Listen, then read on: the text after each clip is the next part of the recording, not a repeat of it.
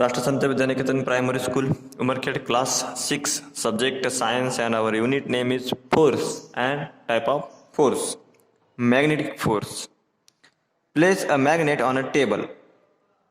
म्हणजे आपल्याला काय करायचं आहे? मॅग्नेट म्हणजे चुंबक. टेबलावर एक चुंबक ठेवायचं आहे. Take a big iron nail towards the magnet. आणि एक मोठा लोखंडी खिळा चुंबकाजवळ न्या. It sticks to the magnet. काय होईल? तो खिळा चुंबकाला जाऊन चिटकेल. Now hold the magnet upright in the air. आता चुंबक हवेत खिळ्यापासून दूर उभं धरायचं. Away from the nail. म्हणजे खिळ्यापासून आपल्याला दूर उभं धरायचं. काय होईल? What happens? काय होईल तर ते खिळा त्या मॅग्नेटकडे म्हणजे चुंबकाकडे आकर्षित होऊ शकतो. The force exerted by a magnet is called magnetic force. म्हणजे काय? तर चुंबकामुळे लावल्या गेलेल्या बलाला चुंबकीय बल असे म्हणतात. When a carom piece is flicked lightly, it slides over the carom board but stops at a certain distance.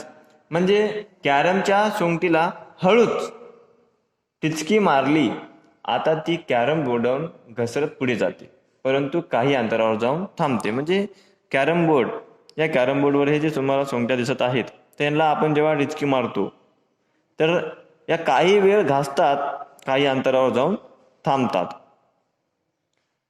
त्याच्यानंतर a ball rolling over a flat ground stop at a certain distance. Why does this happen?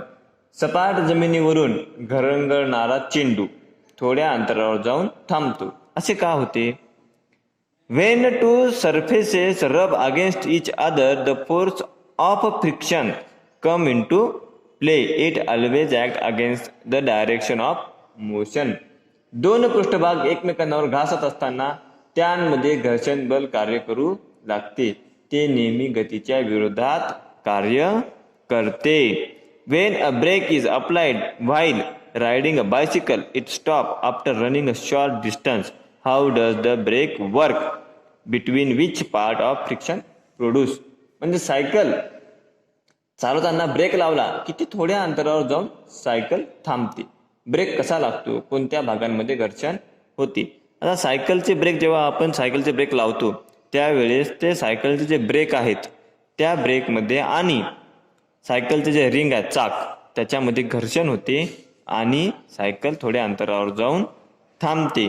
तसंच जेव्हा चेंडू हा एखाद्या सपाट मैदानावरून जातो घरंगळ, तेव्हा चेंडूमध्ये आणि त्या मैदानावर म्हणजे जमिनीवर घर्षण होते. त्यामुळे काय होते? त्या चेंडूचा वेग कमी होते आणि एका ठराविक अंतरावर जाऊन तो थांबतो.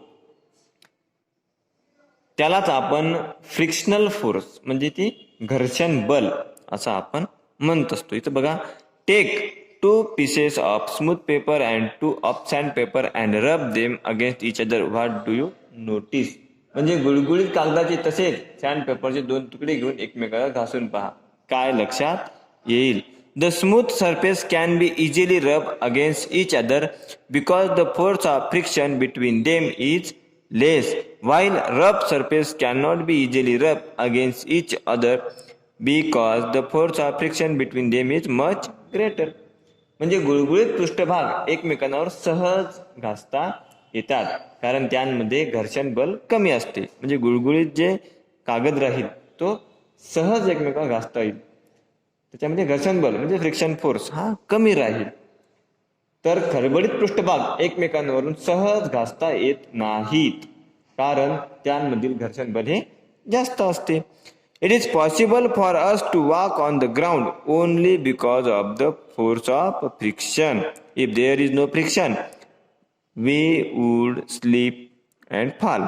For example, we are very likely to slip while walking on an oily or wet floor. जमिनीवरून चालताना घर्षण बलामुळेच पुढे जाणे शक्य होते. म्हणजे आपल्या पायामध्ये आणि त्या जमिनीमध्ये जो घर्षण होते त्याच्यामुळेच आपल्याला पुढे जाणे हे शक्य होते. घर्षण नसेल तर आपण पाय घसरून पडतो. म्हणजे आपल्या पायामध्ये आणि ज्याच्यावर आपण चालत आहोत त्या सरफेसवर जर योग्य घर्षण झालं नाही तर आपण तिथे घसरून पडू शकतो. आता उदाहरणार्थ बघा, तेलकट किंवा ओल्या फरशीवरून चालताना घसरण्याची शक्यता जास्त असते. म्हणजे एखाद्या फरशीवर जर पाणी असेल तरी आपण तिथून घसरतो आणि तेल जर पडलेलं असेल तर आपण तिथूनही घसरू शकतो. कारण की आपल्या पायामध्ये आणि त्या सरफेसमध्ये ऑइली सरफेस किंवा पाणी असेल तर त्याच्यामध्ये घर्षण योग्य पद्धतीने होत नसते. Why is a wooden plank laid down for pulling out a car which is stuck in a mud. म्हणजे चिखलात अडकलेल्या मोटारीला बाहेर काढण्यासाठी लाकडी फळी का टाकली जाते? A force of friction is generated between the wheel and a wooden plank laid down under the car. Hence, it can be pulled out from the mud. In short, the force of friction can either be decreased or increased as desired. म्हणजे लाकडी फळी टाकल्याने चाक व फळीमध्ये घर्षण बल निर्माण होते आणि चिखलातून मोटर काढता येते. थोडक्यात गरजेप्रमाणे घर्षण बल कमी अधिक करता येते.